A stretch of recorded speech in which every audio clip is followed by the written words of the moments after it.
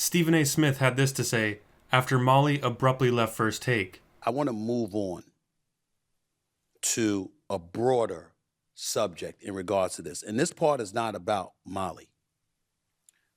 News for you. You can't wake up and be Mad Dog Russo.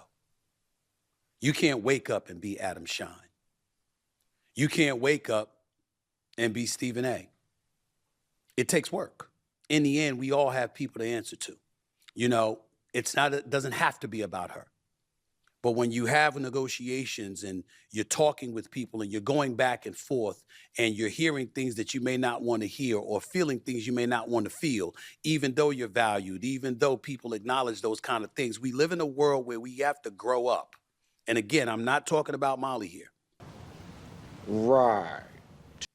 But I'm watching, and I've been watching over the last several years, people in this business fall by the wayside because we forget that all of us ultimately answer to people. We don't get to define our own value. We don't get to define our own worth. We don't get to sit there and summarily say, this is who I am and this is what I'm going to do. And guess what? I don't give a damn what anybody say unless you have the leverage to do it.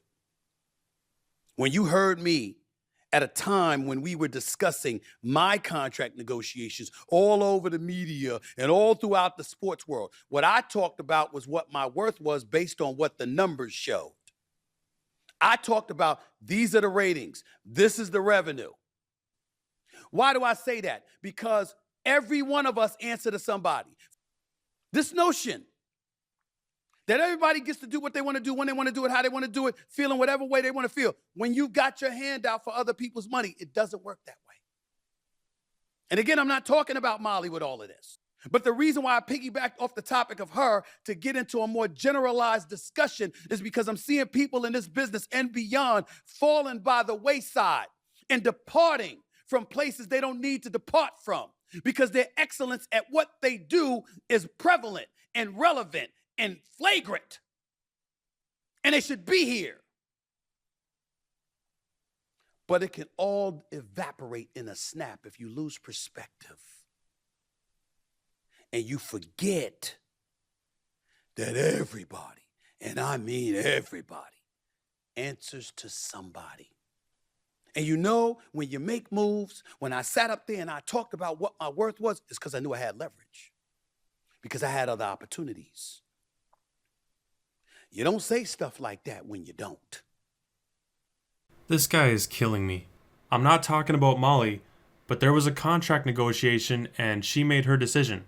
I'm not talking about Molly, but when you think you're bigger than what you are, you can end up being replaced. Again, I'm not talking about Molly. But when you interrupt everyone all the damn time, what do you expect? Okay, he didn't say that last one. But Stephen A. is the king of, I'm not saying, I'm just saying. Who else is he talking about? I'm not talking about Shannon Sharp. But when you sleep with a 20-year-old, what do you expect? All this talk about leverage and not understanding your worth is a direct shot at Molly. We don't get to define our own value. We don't get to define our own worth.